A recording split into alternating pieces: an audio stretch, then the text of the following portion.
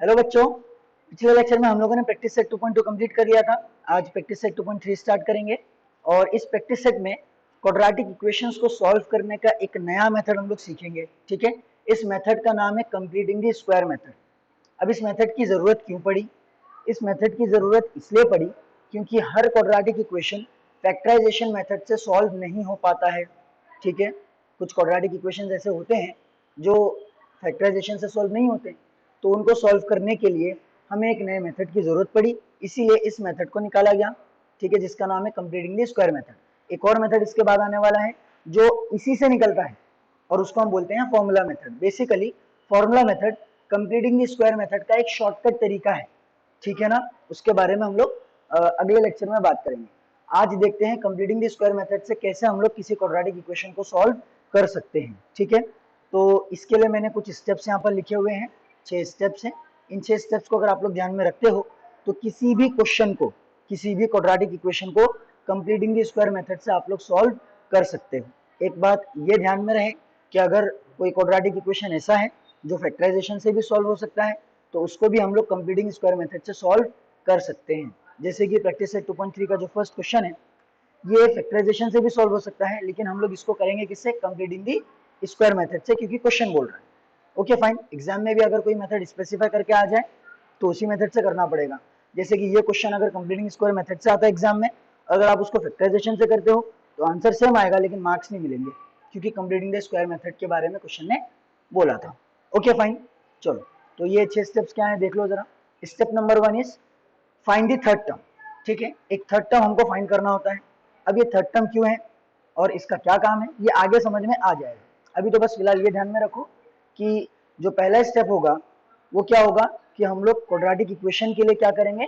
Third term find करेंगे। एक चीज ध्यान में रहे कि क्वाड्रेटिक इक्वेशन स्टैंडर्ड फॉर्म में लिखा हुआ होना जरूरी है। अगर स्टैंडर्ड फॉर्म में नहीं होगा तो उसको स्टैंडर्ड फॉर्म में लिख लेना। ठीक है, स्टैंडर्ड फॉर्म में आ गया। सबसे पहला स्टेप ये करेंगे कि थर्ड टर्म फाइंड करेंगे। थर्ड टर्म का फॉर्मूला है half into b by a the whole square. B जो है ये एक्स का कोएफिशिएंट है, ए जो है ये एक्स स्क्वायर का कोएफिशिएंट है। Half into b by a the whole square कर लिए, थर्ड टर्म मिल गया, इसको रख दो साइड में। ठीक है, क्या काम है आगे समझ में आ जाएगा। नेक्स्ट स्टेप है ए की वैल्यू को 1 बनाना। फाइन, यहाँ पर जो भी ए होगा क्वाड्रेटिक इक्वेशन में उसको हम क्या करेंगे? 1 बनाएंगे।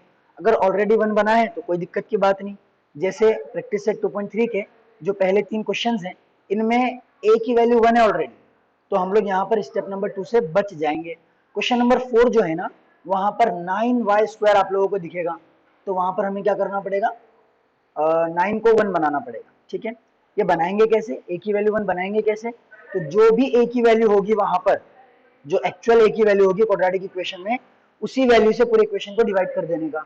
जैसे कि मान लो यहाँ पर 3x square plus x minus 20 होता, तो पूरे क्वाड्रेटिक इक्वेशन को 3 से डिवाइड कर देते। इस तरीके से जो ए है ये 1 बन जाएगा। अगर नहीं समझ में आ रहा है कोई दिक्कत की बात नहीं है, जब क्वेश्चन सॉल्व करूंगा तो वहां पर एकदम अच्छे से समझ में आ जाएगा, और जब ये स्टेप्स को पढ़ोगे क्वेश्चन सॉल्व करने के बाद तो और अच्छे से ये स्टेप्स क्लियर हो जाएंगे, तो कोई दिक्कत की बात नहीं। ठीक है ना, चलो तो नेक्स्ट स्टेप, स्टेप नंबर 3, इसमें हम लोग क्या करते हैं? कांस्टेंट टर्म को आरएचएस में शिफ्ट करते हैं। स्टेप 2 होने के बाद एक क्वाड्रेटिक इक्वेशन मिलेगा जो थोड़ा सा मॉडिफाई हो चुका होगा। अब उसमें हम लोग क्या करेंगे? जो भी कांस्टेंट टर्म नजर आएगा उसको राइट हैंड साइड में शिफ्ट कर देंगे। ठीक है, तो क्या इमेजिन कर पा रहे हो कि अगर कांस्टेंट टर्म राइट में शिफ्ट हो गया तो लेफ्ट हैंड साइड में सिर्फ 2 टर्म्स बचेंगे। सोचो ना जरा, ये सी चला गया राइट में, तो लेफ्ट में कितने टर्म बचे? 2 टर्म बचे। अब फॉर्मूला बनाने के लिए हमें लेफ्ट हैंड साइड में एक थर्ड टर्म की जरूरत पड़ती है, और ये थर्ड टर्म हमें मिलता है इस फॉर्मूले से, इसीलिए इसको थर्ड टर्म कह रहे हैं। ठीक है ना, नेक्स्ट स्टेप क्या होगा?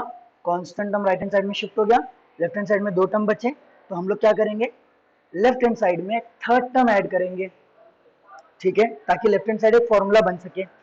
अब मैथमेटिक्स अपने डैडी की तो है नहीं कि एक साइड में ऐड कर लो दूसरी साइड को छोड़ दो, ऐसे नहीं होता। ठीक है, दोनों साइड बैलेंस रखने के लिए हम जो चीज लेफ्ट में ऐड कर रहे हैं उसी चीज को राइट में भी ऐड करते हैं, ताकि हमारा इक्वेशन जो था वही रहे। ठीक है, हम इक्वेशन को बिगाड़ नहीं रहे हैं, बस कोई चीज ऐड या सब्ट्रैक्ट करें ताकि हमारा काम आसानी से हो जाए। ओके फाइन, तो स्टेप नंबर 4 में क्या करेंगे? जो थर्ड टर्म अपने को मिला था स्टेप 1 में, वो दोनों साइड में ऐड कर देंगे, लेफ्ट में भी और राइट में भी। ठीक है, next step is write LHS as a plus b the whole square और a minus b the whole square. ठीक है, लेफ्ट हैंड साइड अपने आप फॉर्मूला बन जाता है, या तो a plus b the whole square का फॉर्मूला बनेगा या a minus b the whole square का फॉर्मूला बनेगा। अब आपको सोचना है कि a कौन है, b कौन है, और a plus b the whole square में या a minus b the whole square के फॉर्म में LHS को लिख देना है। ठीक है, ये हो गया स्टेप नंबर 5। उसके बाद दोनों साइड में क्या कर देना, स्क्वायर रूट ले लेना, वेरिएबल की वैल्यू मिल जाएगी, x होगा या फिर m होगा या फिर y होगा, जो भी वेरिएबल होगा उसकी वैल्यू मिल जाएगी। ठीक है सर, आपने क्या बोले कुछ समझ में नहीं आया, कोई दिक्कत की बात नहीं, क्वेश्चन सॉल्व करते हैं एकदम क्लियर हो जाएगा। ठीक है, पहला क्वेश्चन देखो, पहला क्वेश्चन फिर से बता रहा हूँ, इसको हम लोग फैक्टराइजेशन से भी सॉल्व कर सकते हैं, लेकिन क्वेश्चन बोल रहा है कि कंप्लीटिंग स्क्वायर से करो, तो हम कंप्लीटिंग स्क्वायर से करेंगे। ठीक है ना, तो यहाँ पर देखो क्वेश्चन एक बार फिर से लिख लोगे, मैं ए की वैल्यू यहाँ लिख लेता हूँ 1 है, बी की वैल्यू 1 है और सी की वैल्यू कितनी है -20। ठीक है, स्टेप्स देखो, हाँ ध्यान में रखो स्टेप्स। पहला स्टेप क्या है, थर्ड टर्म फाइंड करना which is equal to half into b by a the whole square. तो यहाँ पर मैं थर्ड टर्म फाइंड कर लेता हूँ, third term is equal to half into b by a the whole square. ठीक है, हाफ इंटू बी की वैल्यू कितनी है बताओ जरा, बी की वैल्यू +1 है। ठीक है, अपॉन ए की वैल्यू कितनी है 1 है। ओके, द होल स्क्वायर, तो ये तो हाफ ही हो गया, half into 1 is half, half का स्क्वायर कर लो, यू विल गेट 1/4। ठीक है, ये आ गया थर्ड टर्म, इसको रहने दो साइड में। ठीक है ना, नेक्स्ट स्टेप क्या है, ए की वैल्यू 1 बनाना, जो ऑलरेडी बनी हुई है, तो सेकंड स्टेप से बच गए। तीसरा step, shift constant term to RHS, जो क्वाड्रेटिक इक्वेशन हमारे पास है, इसके कांस्टेंट टर्म को राइट में शिफ्ट कर दो। ठीक है, x square plus x equal to 20। ठीक है, ये हमारा क्वाड्रेटिक इक्वेशन, क्लियर हो गई ये चीज।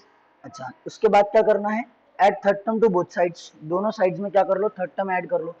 ठीक है, तो यहाँ पर आ जाएगा, स्टेटमेंट लिख दो एक बार, स्टेटमेंट लिख दो, adding third term to both sides, adding third term on both sides. ठीक है, दोनों साइड थर्ड टर्म ऐड कर लो, तो हमारा इक्वेशन ऐसे दिखेगा, एक्स स्क्वायर, यार please bear with my handwriting, गंदी आ रही है। ठीक है, x square plus x plus 1/4 यहाँ पर भी ऐड कर लिया, और राइट हैंड साइड में भी ऐड कर लेते हैं 1/4 को, थर्ड टर्म ऐड हो गया दोनों साइड।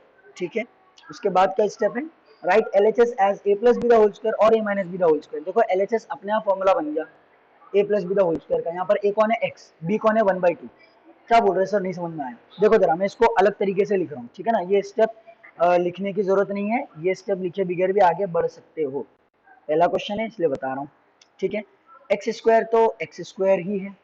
ठीक है, x को ध्यान से देखो मैं क्या लिख रहा हूँ, x को 2 इंटू एक्स इंटू 1/2 लिख लेता हूँ, चलेगा क्या, ये जो सेकंड टर्म है ना x, इसको मैं लिख रहा हूँ 2 इंटू एक्स इंटू 1/2, ये 2 हो गया cancer, x into 1 is still x, यानी कि मिडिल टर्म को ये लिखने का एक दूसरा तरीका है, बस अभी भी हम लोग x ही लिख रहे हैं लेकिन अलग तरीके से। ठीक है, फाइन, फिर प्लस 1/4, 1/4 को I can write it as 1/2 का स्क्वायर, सही है, 1/2 का स्क्वायर 1/4 होता है ना भाई, अगली बात समझ में। तो ये हो गया हमारा LHS, और RHS में इसको सॉल्व कर लो, तो you will gate 20 into 4 80 plus 1 और डिनोमिनेटर में 4। ठीक है, ये स्टेप नहीं लिखोगे तो भी चलेगा, डायरेक्टली ये स्टेप पे आ सकते हो। ठीक है, अब देखो ये फॉर्मूला नजर आ रहा है क्या तुम लोगों को, a square plus 2 into a into b plus b square. ठीक है, ये a square plus 2ab plus b square है, मतलब a plus b the whole square का फॉर्मूला, a की वैल्यू x है और b की वैल्यू 1/2 है। समझ में आ गया, अरे भाई समझ में आया कि नहीं समझ में आया, आई होप समझ गया। ठीक है, ये हो गया 81/4। ओके फाइन, सर हर बार ऐसा लिखना पड़ेगा क्या, नहीं, ये स्टेप स्किप करेंगे तो फिर कैसे लिखेंगे, ये स्टेप अगर स्किप कर रहे हो तो यहाँ से डायरेक्ट यहाँ कैसे पहुंचोगे, उसको जरा सुनो अच्छे से। ठीक है, पहले वाले टर्म का स्क्वायर रूट निकालो, यहाँ लिख दो, फाइन, लास्ट टर्म का स्क्वायर रूट निकालो, यहाँ लिख दो, फाइन, बीच वाले टर्म की साइन ले लो, यहां लिख दो, फाइन, और द होल स्क्वायर लगा दो। आई बात समझ में? ये स्टेप से बचना है तो क्या करो, थर्ड टर्म ऐड होने के बाद, थर्ड टर्म ऐड होने के बाद, ठीक है, एलएचएस में 3 टर्म हो गए, पहले टर्म का स्क्वायर रूट निकालो, यहां लिख दो, लास्ट टर्म का स्क्वायर रूट निकालो, यहां लिख दो, बीच वाले की साइन लो सिर्फ, अगर यहाँ माइनस होता तो माइनस लिखते, प्लस होता तो प्लस लिख देते, ठीक है, द होल स्क्वायर डाल दो, बस दैट्स इट, दैट्स इट, ठीक है। तो हमारा भाई पांचवा स्टेप भी हो गया। अगला स्टेप जो लास्ट है, take square root on both sides, दोनों साइड स्क्वायर रूट ले लो, तो इसका स्क्वायर रूट लोगे तो this will become x plus half and this becomes plus minus, जब भी स्क्वायर रूट लोगे प्लस माइनस की साइन डालोगे, बेसिक से यार ये तो आते ही होंगे, पता ही होगा, ठीक है। तो यहाँ पर आ जाएगा 81 और यहाँ पर आ जाएगा 4, ओके, आई होप क्लियर है ये, ठीक है ना। चलो तो यहाँ पर x plus 1/2 is equal to plus minus under root 81 होता है 9, अंडर रूट 4 होता है 2, दोनों का स्क्वायर रूट लेंगे ना, ठीक है ना, फ्रैक्शन का स्क्वायर रूट लेना, यानी कि न्यूमरेटर का भी स्क्वायर रूट लेना और डिनोमिनेटर का भी स्क्वायर रूट लेना इंडिविजुअली, दोनों का निकल रहा है तो निकाल दो, अगर नहीं निकलता किसी एक का तो उसके ऊपर स्क्वायर रूट रहने देते हैं, आगे समझ में आ जाएगा कैसे होता है, ठीक है ना। तो प्लस माइनस 9/2, हमें x की वैल्यू चाहिए, तो x की वैल्यू निकालने के लिए काम करो, x प्लस हाफ को पहले प्लस 9/2 के साथ लिख दो, और करके x प्लस हाफ को माइनस 9/2 के साथ एक बार लिख दो, ठीक है, ये चीज क्लियर है। अब क्या करना है, प्लस हाफ को राइट हैंड साइड में भेज देना है, तो ये हो जाएगा प्लस 9/2 माइनस 1/2 और x is equal to minus 9/2 minus 1/2, therefore x is equal to, देखो डिनोमिनेटर सेम है, ऊपर का डायरेक्ट सब्ट्रैक्ट होगा और डिनोमिनेटर एक बार लिखेंगे, तो 9 माइनस 1 इज 8, 8/2 इज 4, फाइन, और x is equals to, denominator से में एक ही बार लिखेंगे, -9 -1 -10 अपॉन 2 इज -5, ठीक है, this is the solution of given quadratic equation. तो इस तरीके से हम लोग क्या करते हैं, कंप्लीटिंग स्क्वायर मेथड का इस्तेमाल करके क्वाड्रेटिक इक्वेशन को सॉल्व कर सकते हैं, ठीक है, कंप्लीटिंग स्क्वायर मेथड और फॉर्मूला मेथड, यूनिवर्सल मेथड, इनसे हर क्वाड्रेटिक इक्वेशन सॉल्व होता है, ठीक है, फैक्टराइजेशन मेथड से हर क्वाड्रेटिक इक्वेशन सॉल्व नहीं हो पाता। आई होप समझ गया। इन स्टेप्स को कॉपी करके रख लेता हूँ ताकि 2-3 सवाल करने तक के आपको समझ में आए, ठीक है ना, याद होने थोड़ा टाइम लगेगा ना, याद कर लो इनको, ओके फाइन। आई गेस दूसरा वाला कर लोगे, ठीक है, मैं तीसरा बता दूँ, अच्छा यहाँ पर चौथा सॉल्व है, एक काम करते हैं इसको इरेज कर देते हैं या फिर एक नया पेज ले लेते हैं, ठीक है, चलो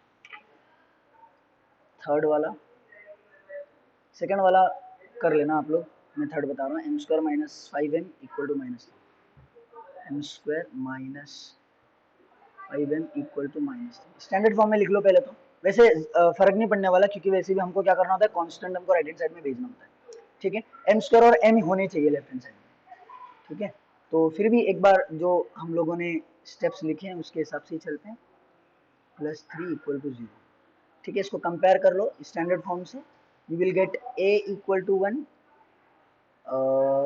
b equal to -5 and c equal to +3, ठीक है, यहाँ होता है तो -3 नहीं लिखेंगे, लेफ्ट हैंड साइड में आने के बाद ही c की वैल्यू लिखी जाती है, ठीक है, नहीं तो सोचोगे कि c की वैल्यू, ऐसा क्वाड्रेटिक इक्वेशन रहेगा तो c की वैल्यू -3 होगी क्या, नहीं, ऐसे में भी c की वैल्यू 3 ही है, क्योंकि उसको हमको लेफ्ट हैंड साइड में लिखने के बाद बताना होता है, चलो खैर वो तो समझता होगा। तो ए बी सी आ गया, थर्ड टर्म निकाल के रख लो, ठीक है ना, सबसे पहला स्टेप क्या है, थर्ड टर्म फाइंड करना, which is half into b by a the whole square, right, ठीक है, तो हाफ इंटू बी की वैल्यू कितनी है -5 अपॉन ए की वैल्यू कितनी है 1 द होल स्क्वायर, तो अपने पास क्या बचा -5 upon 2 the whole square which gives you +25/4, okay, ठीक है ना, चलो थर्ड टर्म आ गया। अच्छा अब क्या करेंगे, क्वाड्रेटिक इक्वेशन को जो राइट हैंड साइड मतलब भेजना है कांस्टेंट हमको, उसको राइट हैंड साइड में भेज देंगे, ठीक है ना, थर्ड टर्म हो गया, ए को 1 बनाना है, सेकंड स्टेप जो ऑलरेडी 1 बना हुआ है, थर्ड स्टेप क्या है, कांस्टेंट हमको राइट हैंड साइड में भेजना, तो हम लोग कांस्टेंट हमको राइट हैंड साइड में भेज देते हैं इक्वल टू, देखो मैं स्टेप्स लिख देता हूँ यहाँ पर साइड में, ताकि तुम लोग ओहो ओहो, तो बड़ी प्रॉब्लम हो गई यार।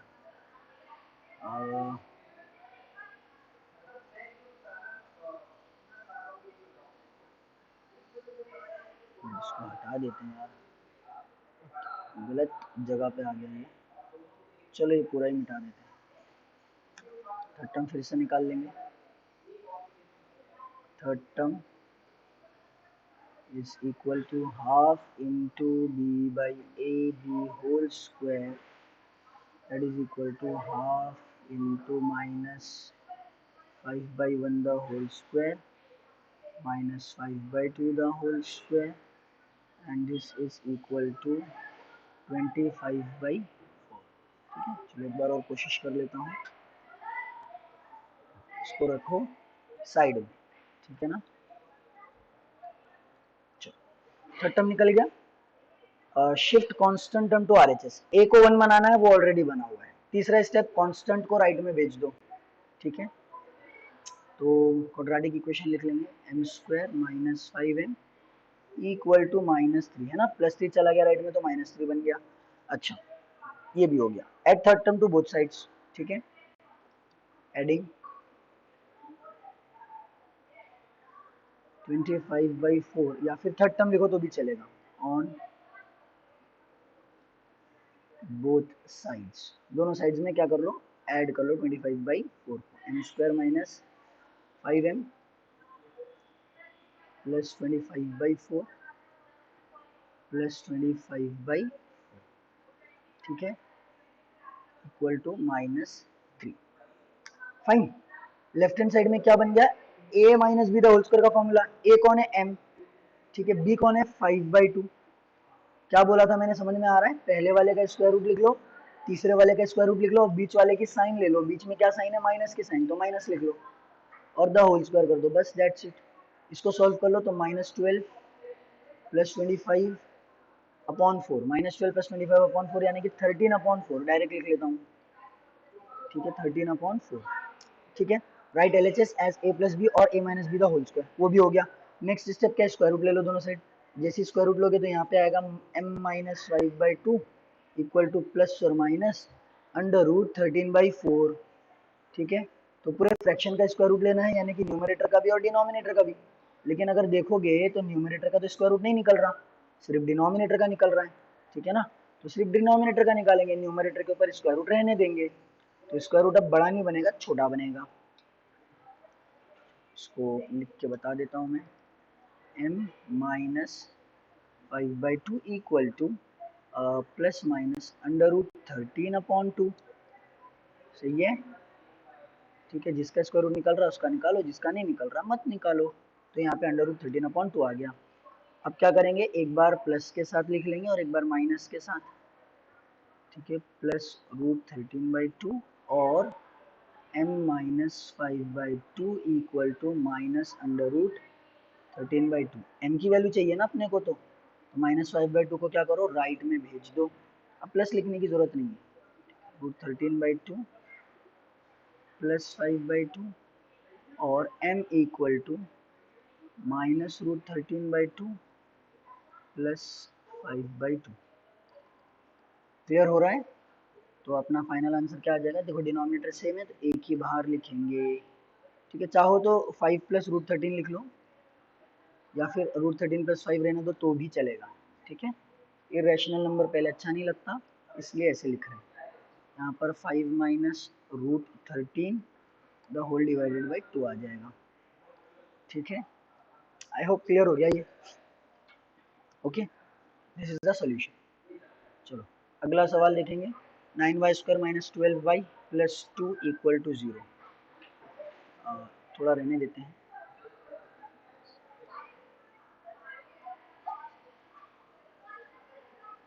ठीक है। ध्यान से देखो इसको भी।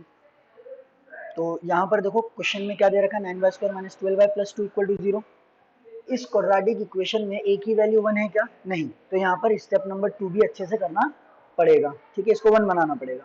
तो सबसे पहला काम तो हमारा ये कि थर्ड टर्म फाइंड कर लेंगे, half into b by the whole square, ठीक है। इसको कंपेयर कर लिया, स्टैंडर्ड फॉर्म से ABC की वैल्यू मिल गई, A9 है, B -12 है और C2 है, तो यहाँ वैल्यूज पुट कर दो, half into b by a the whole square यानी कि -12 अपॉन ए यानी कि 9 द होल स्क्वायर।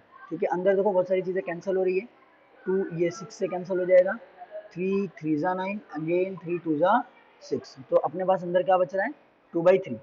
ठीक है ना, अंदर बच रहा है माइनस का 2/3 द होल स्क्वायर, -2 का स्क्वायर कर लो यू विल गेट +4 और 3 का स्क्वायर कर लो यू विल गेट +9। समझ में आ गया, 4/9 थर्ड टर्म आ गया, इसको रहने दो साइड में।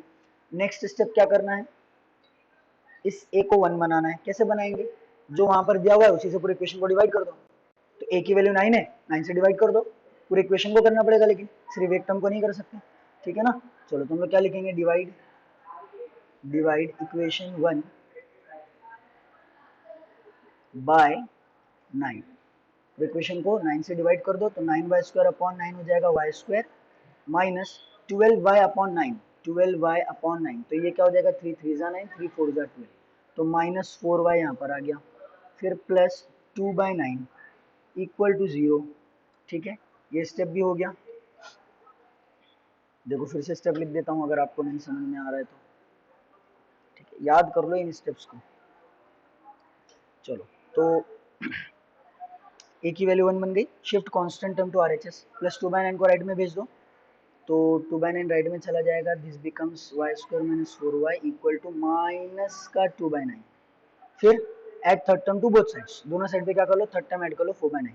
ठीक है, अब मैं नहीं लिख रहा हूँ स्टेप, यहाँ पर लिख करके बता देना कि adding third term on both sides, तो what I will get is y² - 4y plus 4/9 equal to -2/9 plus 4/9। अब थोड़ा सा फास्ट जाएंगे तो ध्यान से देखो। ठीक है ना, ये क्या बन गया देखो जरा, लेफ्ट हैंड साइड में मेरे पास क्या आ गया, y - 2/3 द होल स्क्वायर।